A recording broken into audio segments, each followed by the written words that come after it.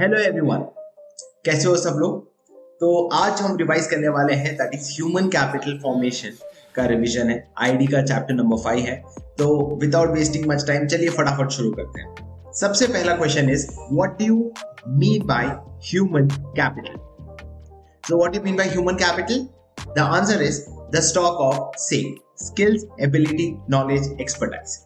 Second question is okay, what are the two important source of human capital? The answer is first education and second health. The third question is what are the various forms of health expenditure which is being done? The answer is there are three expenditure. First preventive, second curative and third social expenditure. The fourth question is in case if there is any medical expenditure to cure an illness, that will be which kind of expenditure? The answer is it is a curative expenditure.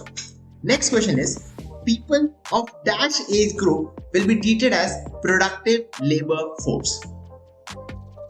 The answer is the people whose age is between 50 to 15 to 60 years.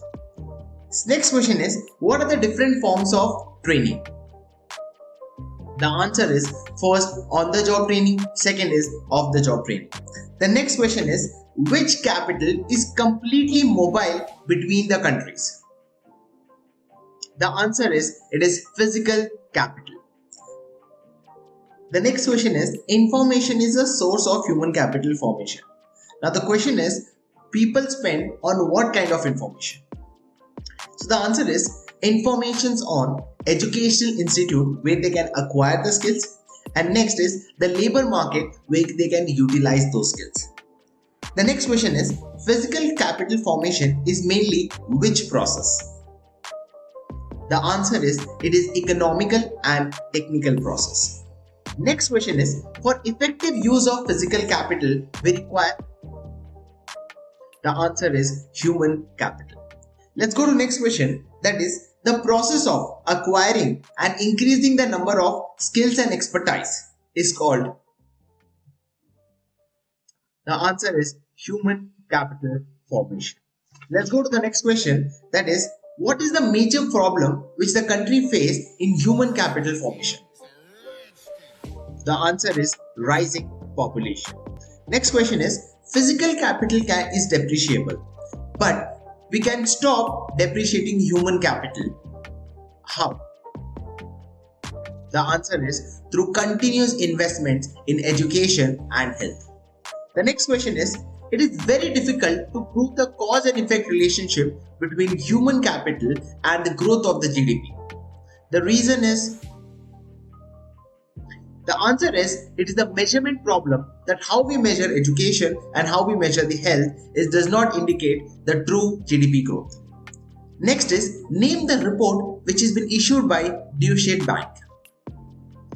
The answer is Global Growth Center report. The next question is name the report which has been issued by World Bank. The answer is India and knowledge economy leverage strength and opportunities. Let's go to the next question, that is under the World Bank report, India should make transition to which kind of economy?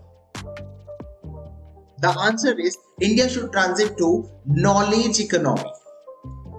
Next question is what will be the rise in the per capita income if India made transition to knowledge economy as per World Bank's report? The answer is from $1,000 to $3,000 if India transit to knowledge economy as per World Bank's report. The next question is which concept states that education and health are an integral part of human well-being? The answer is human development. Next question is which organization regulate primary and secondary education sector? The answer is NCERT. Next question is Education Commission has recommended dash percentage of GDP to be spent on education, and what is the actual scenario?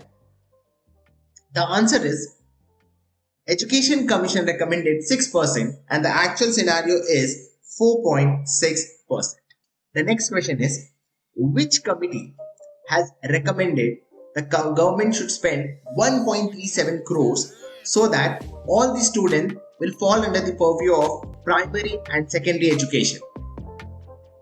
The answer is Tapas Majumdar Committee. So that's it. Thank you.